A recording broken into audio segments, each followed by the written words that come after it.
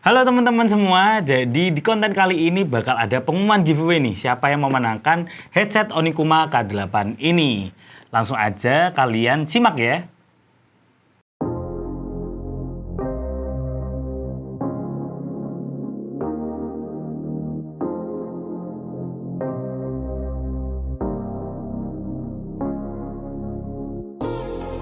Halo teman-teman semua, aku Atas Hergana dari channel Tekdung, Teknologi Dung. Jadi di channel ini kita akan membahas mengenai rakit PC, racik PC, dan teknologi yang ada di zaman sekarang. Nah kali ini kita bakal rakit komputer lagi nih. Nah kali ini budgetnya hanya 5 jutaan saja. Tapi sebelumnya aku mau kasih tahu kalian, jangan lupa like, comment, and subscribe channel Tekdung ini ya. Jangan lupa ya teman-teman. Dan nggak lupa untuk kalian jaga kesehatan ya, karena aku lagi sakit nih, imunnya lagi turun. Tapi santai aja, nggak covid deh, alhamdulillah. Kalian jangan lupa pakai masker dan juga jaga kesehatan ya. Nah PC ini merupakan PC rakitan dari subscriber Tekdung nih. Terima kasih ya bro udah rakit di Tekdung channel. Nah jadi kebutuhannya ini untuk gaming ringan dan juga untuk web browsing dan sekolah ya, pokoknya seperti itulah untuk kegiatan online. Nah kita bisa lihat di range 5 jutaan, aku menyarankan spesifikasi yang seperti ini ya, karena menurutku worth it nih. Jadi price to performance-nya dapat banget. Selain itu PC-nya juga ganteng, kabel manajemennya juga rapih, RGB juga udah ada, tempered glass juga ada juga, tapi lagi gak aku pasang karena nanti mantul cahayanya. Dan juga ya mantep banget lah ya dengan PC 5 jutaan kali ini. Nah kalian penasaran apa aja spesifikasi dari PC ini? Langsung aja simak yuk. Yang pertama aku menggunakan biasalah ya, Intel Core i3 10105R. Memiliki 4 core dan juga 8 thread, base clock di 3,7 GHz dan boost clock di 4,4 GHz. PC ini memiliki kode F yang berarti non-integrated graphics ya. Kita harus memiliki VGA discrete teman-teman. Jadi kalau tanpa VGA nggak bakal nampil ya gitu. Jadi prosesor ini sering banget aku gunakan karena price to performance-nya yang sangat oke sekali ya. Ketimbang AMD Ryzen saat ini sangat mahal sekali. Jadi ini bersaing dengan Ryzen 3 3100. Sama-sama 4 core dan juga 8 thread. Tapi performanya okean ini ya. Ini mungkin setara dengan AMD Ryzen 3 3300X. Seperti itu. Nah kenapa 5 jutaan aku selalu menyarankan pakai prosesor ini, karena prosesornya ini lebih worth it ketimbang Ryzen G series atau 3400G dari Ryzen 5 atau Ryzen 3 3200G. Karena harganya sudah nggak ngotak dan juga dengan harga segitu kita bisa menggunakan prosesor, motherboard, dan juga VGA sekaligus. Begitu ya teman-teman dari platform Intel. Nah aku dapatkan Intel Core i3 10105F dalam kondisi baru di harga segini. Oke lanjut, motherboard yang aku gunakan adalah dari Colorful H410 TV20 ya. Nah motherboard ini aku juga pernah gunakan di PC sebelumnya karena ini motherboard yang sangat budget sekali. Memiliki 2 slot RAM dan chipsetnya H410 yang berarti support 10 Gen series. Dan ini tidak support dengan 11 Gen series dari Intel ya. Ingat itu ya teman-teman. Jadi kalau kalian mau upgrade mungkin ke 10400F itu bisa. Tapi kalau untuk generasi 11 itu belum bisa. Untuk slotnya juga terdapat M.2 yang support dengan SSD SATA maupun juga SSD NVMe Gen 3 ya teman-teman. Jadi ini sudah bisa pakai SSD NVMe biar lebih kenceng lagi.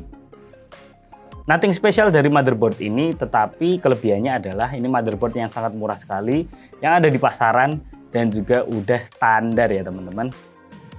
Nah aku dapatkan motherboard Colorful H410T V20, aku dapatkan di harga segini dalam kondisi baru.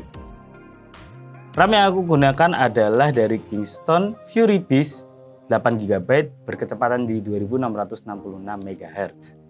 Nah tidak diragukan lagi, ini RAM merek Kingston ya teman-teman, udah oke banget dan juga merekannya terkenal. Fury Beast ini merupakan RAM seri terbaru keluaran dari Kingston, melanjutkan dari HyperX Fury ya teman-teman, jadi ini hampir sama. Berwarna hitam, sleek banget dengan tulisan Fury Beast yang pokoknya ini keren banget, dan juga ada iluminasi menggunakan aluminium seperti itu ya. Udah keren banget untuk stylenya, dan di bagian atas RAM ada tulisan Fury. Cakep deh. Dengan kecepatan 2666 MHz ini tentunya cukup banget ya untuk rig seperti ini menggunakan Intel i3 10105F. Kenapa kok cuma satu slot RAM aja? Kenapa nggak 2x4 GB? Karena aku mengutamakan untuk upgrade ya. Jika kalian mau upgrade tinggal colok aja jadi 16 GB kit seperti itu. Nah, untuk Kingston Fury Beast 8 GB berkecepatan di 2666 MHz kalian bisa dapatkan dalam kondisi baru di harga segini. Oke, lanjut. VGA yang aku gunakan ini VGA yang biasanya aku gunakan di rakitan PC 5 jutaan. Karena menurutku ini price to performance-nya dapat, gak tua-tua amat, dan juga masih oke lah untuk penggunaan di zaman sekarang. Jadi VGA yang aku gunakan adalah dari Asus GT1030 2GB GDDR5. Jadi VGA card ini merupakan VGA card versi silent dari Asus ya, tanpa fan sama sekali alias passive cooling. Kita bisa lihat heatsinknya ini kayak keriting gitu ya. Ini maksudnya agar bisa mendapatkan angin segar dan pelepas panas ya untuk VGA GT1030 ini. Nah, pasti kalian tanyakan ya, apa nggak panas banget nih VGA-nya? Jawabannya itu enggak, karena VGA GT1030 itu chipsetnya itu adem ya teman-teman, jadi nggak terlalu mengeluarkan panas yang berlebih. Karena ini juga VGA low end, jadi powernya nggak terlalu panas ya, nggak usah active cooling, itu udah aman gitu. Nah, untuk suhunya bagaimana? Nah, nanti itu kita bahas. Untuk VGA-nya sendiri itu kelihatan simple, dan juga PCB-nya berwarna biru. Aduh, ini kenapa ya berwarna biru? Kenapa nggak hitam aja? Dan slotnya itu ada DVI-D dan juga HDMI ya, yang support dengan 144 Hz monitor. Aku mendapatkan VGA Asus Silent ini dalam kondisi segel, aman, tidak diotak-atik, dan juga diservis. Jadi mantap nih. Nah, untuk VGA GT1030 2GB GDDR5 Asus Silent ini aku dapatkan dalam kondisi bekas dan juga unit only di harga segini. Nah, untuk storage yang aku gunakan adalah dual storage ya. Yang pertama itu SSD dan juga hard disk. Nah, SSD yang aku gunakan yaitu yang biasanya yaitu VGen Turbo 128GB SATA ya. Ini berplatform M.2 dan juga memiliki kapasitas 128GB. Menurutku sendiri untuk Windows-nya ini udah cukup banget ya, SSD 128GB. Jadi aman. Pokoknya yang penting Windows-nya kenceng seperti itu. Nah, untuk data-data besar kita menggunakan hard disk dari Seagate sebesar 500GB.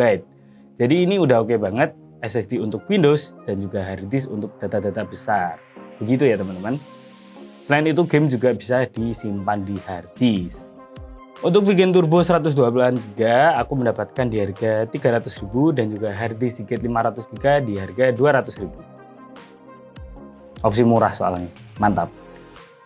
Oke, lanjut. PSU yang aku gunakan ini dari Aerocool United Power 500W 80+ watt.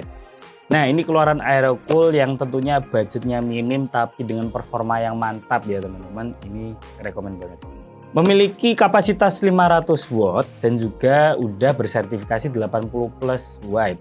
Tentunya ini efisien ya teman-teman. Walaupun belum bronze, platinum atau apa, tapi setidaknya udah ada sertifikasi dengan budget yang terjangkau. Begitu. Nah, ini PSU murah tapi kualitasnya oke banget. Karena kita bisa lihat kabel-kabelnya udah tipis ya. Jadi kabelnya itu udah flat ya teman-teman, berwarna hitam dan nggak warna-warni. Ini udah mantep banget sih. Jadi rignya itu makin rapi lagi, kalau dilihat itu jadi seneng gitu ya. Karena bener-bener hitam doang seperti itu. Dan flat kabel itu juga membantu untuk kerapihan di belakang sini ya. Jadi kabel manajemen jadi lebih gampang begitu dan juga lebih rapi. Tetapi ada kekurangan dari PSU ini karena 8 pin power untuk VGA card-nya itu hanya satu saja. Jadi untuk mau upgrade agak cari yang kecil-kecil lah ya wattnya. Dan uniknya lagi ini itu mendapatkan 8 pin, ada 2 untuk CPU. Nah ini agak aneh banget nih, karena marketnya ini untuk motherboard kelas atas yang membutuhkan power yang gede sehingga membutuhkan 8 pin untuk CPU ya. Jadi agak aneh banget ya. Tapi ya udahlah ya. Tapi saranku untuk Aerocool ya mending 8 pin VGA card yang jadiin 2. Karena orang nggak bakal milih PSU ini untuk rig yang mahal-mahal ya, seperti itu. Karena ini kelasnya budget. Nah, aku dapatkan PSU Aerocool United Power 500 watt ini di harga segini dalam kondisi baru. Nah, untuk casing yang aku gunakan ini juga biasa yang aku gunakan, yaitu dari GameX Aero Mini. Jadi GameX Aero Mini itu mantep banget karena kita mendapatkan casing yang sangat solid sekali. Bahan materialnya itu tebel loh teman-teman. Kalau misalnya dipegang itu udah beda dengan casing-casing di kelasnya. Selain itu kita bisa lihat untuk desainnya sangat modern sekali ya. Menggunakan aksen berwarna hitam bagian luar dan dalamnya berwarna putih. Jadi kelihatan lebih clean dan juga temanya black and white seperti itu. Keren banget. Tentunya sudah menggunakan tempered glass ya teman-teman, yang dibuka seperti kulkas. Tapi ini lagi nggak ada tempered glassnya karena ya lagi syuting. Untuk di dalamnya itu juga sangat luas sekali. Dan spesialnya ini sudah mendapatkan fan RGB 3 yang ada di depan. Dan kalian bisa menambahkan fan 2 di bagian atas dan 1 di bagian belakang untuk exhaust. Di depannya menggunakan mesh agar bisa menarik udara dingin masuk ke dalam ruangan CPU ini ya. Dan bisa dilepaskan panasnya menggunakan fan exhaust seperti itu. Jadi airflow-nya ini sangatlah luas ya. Nah yang aku rasakan untuk merakit komputer ini itu kabel manajemennya enak banget karena masih ada space ya untuk kabel-kabel bisa disembunyikan. Sudah ada PSU covernya jadi lebih rapi lagi, apalagi untuk PSU-nya ini kan kurang bagus ya desainnya, jadi udah tertutup rapi seperti itu. Jadi kesannya mahal gitu ya. Nah kalian bisa dapatkan GameX Aero Mini itu di harga segini dalam kondisi baru ya. Nah untuk exhaust ini aku menggunakan fan dari Infinity ya. Kenapa nggak PC cooler? Karena barangnya lagi kosong. Tapi sama aja sih intinya untuk menjadi exhaust. RGB-nya juga udah keren dan ya udah mantep banget lah ya untuk di range harga segini dalam kondisi baru. Oke itu dia part-part yang kita gunakan dalam PC rakitan 5 jutaan kali ini. Gimana menurut kalian, worth it apa enggak? Nah, kalian mau tahu totalnya berapa? Ini dia list harganya.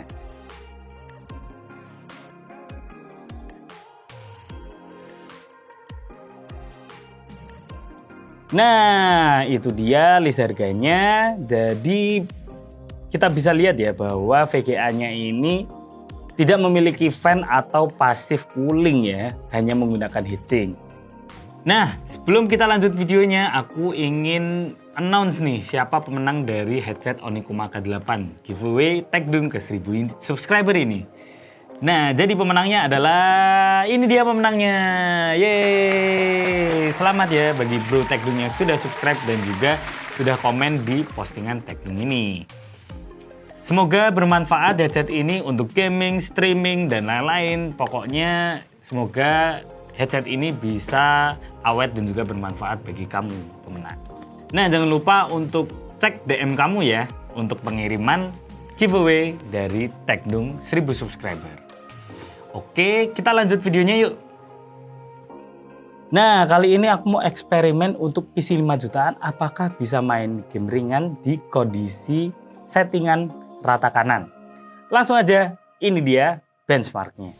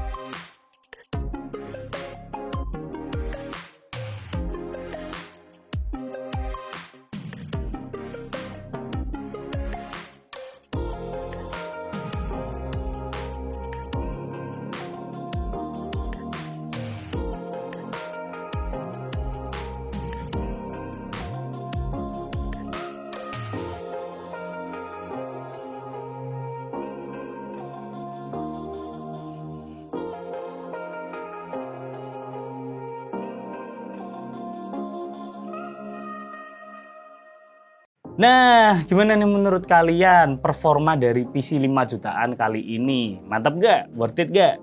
Langsung aja tulis di kolom komentar di bawah ya. Kalau menurutku sendiri sih worth it banget. Karena VGA-nya itu top markotop loh. Gila. Ini ya, bisa dibilang ini di atas rata-rata loh. Gak tahu kenapa. Padahal ini udah fanless, silent, gak denger apa-apa gitu ya. Tapi ini bisa menghasilkan performa yang oke banget. Oke, langsung aja kita breakdown dari GTA 5 settingan high ya, kita bisa lihat udah bisa average 60 fps lebih. Jadi udah mantep banget ya, turun-turun ya paling ke 50 fps. Tapi untuk grafisnya kan oke banget nih. Settingan high loh. Wah, gila sih, mantep banget. Untuk game kompetitif seperti Valorant di settingan high Full HD itu masih bisa mendapatkan 150 fps lebih loh. Wah, gila sih. Ini menurutku VGA-nya ini mendapatkan VGA yang sangat seger banget, gak tahu kenapa. Atau chipsetnya GTX 1050 aku gak tahu ya. Alay sih tapi. Enggak. Tapi beneran deh, ini GT 1030 di atas rata-rata loh. Kita bisa lihat, biasanya settingan low aja 150 fps. Ini bisa 180 fps-an. Untuk Genshin Impact, settingan high di 1080p, ini masih bisa 30 fps lebih. Wow, amazing gak sih? Timbang kalian main di HP, itu masih nge-lag patah-patah, ini udah high 30 fps lebih, udah nyaman banget sih. Udah grafisnya udah oke banget juga, mantap. Lanjut ke CS:GO, kita bisa lihat settingan high juga masih bisa 60 fps lebih. Kalau misalnya settingannya di low, itu bisa 130 fps ya. Oh gila sih. Ini GT 1030 setan nih menurutku nih, padahal fanless loh. Wah gila. Nah kita bicara fanless, jadi GT 1030 Asus Silent ini kita bisa lihat suhunya itu aman banget dan juga masih bisa terjaga. Jadi suhunya around 60-70 derajat Celcius. Wah ini dingin loh teman-teman. VGA 60 derajat tanpa fan itu menurutku udah oke banget dan juga tidak ada performance drop sama sekali. Asus emang gak ada obeng. Mantap. Terima kasih Asus. Oke, kita bicara tentang kelebihan. Kelebihan dari PC ini yaitu murah dan juga ganteng ya teman-teman. Dan tentunya ini platform DDR4, jadi kalian nggak perlu bingung untuk upgrade ke depannya. Nah, kelebihan selanjutnya adalah RAM yang upgradable, bisa sampai 16 GB, tinggal colok, nggak usah jual-jual RAM lagi. Mantap banget. Untuk PSU-nya sudah 500 watt, kalian juga bisa upgrade untuk VGA yang mumpuni ya tentunya, dan juga yang pas dengan 500 watt, jangan melebihi seperti itu. Nah untuk kelebihan yang lainnya, ini sudah dual storage, SSD plus hard disk, jadi storage-nya udah besar banget nih. Udah SSD untuk Windows saja, data besarnya itu di hard disk, mantap. Nah kita bicara tentang kekurangan ya, kekurangan dari PC ini ya motherboardnya itu mereknya kurang terkenal ya, colorful seperti itu, dan chipsetnya basic H410 dan nggak bisa upgrade ke Intel generasi ke-11 seperti itu ya. Kekurangan yang lainnya yaitu adalah dari PSU lagi nih, karena PSU-nya hanya menyediakan 8 pin satu aja untuk power VGA card, sayang sekali nih. Jadi kalau kalian mau upgrade VGA card harus pilih-pilih ya slotnya seperti itu. Nah itu merupakan kelebihan dan kekurangan dari PC 5 jutaan kali ini. Menurut kalian gimana? Ada kelebihan kekurangan lain nggak menurut kalian? Langsung aja tulis di kolom komentar di bawah ya. Nah bagi kalian yang ingin rakit PC seperti ini atau menanyakan mengenai teknologi, langsung aja chat aku di @techdung ya teman-teman. Langsung aja di chat. Kita berjumpa di video-video selanjutnya. Sekian dan goodbye.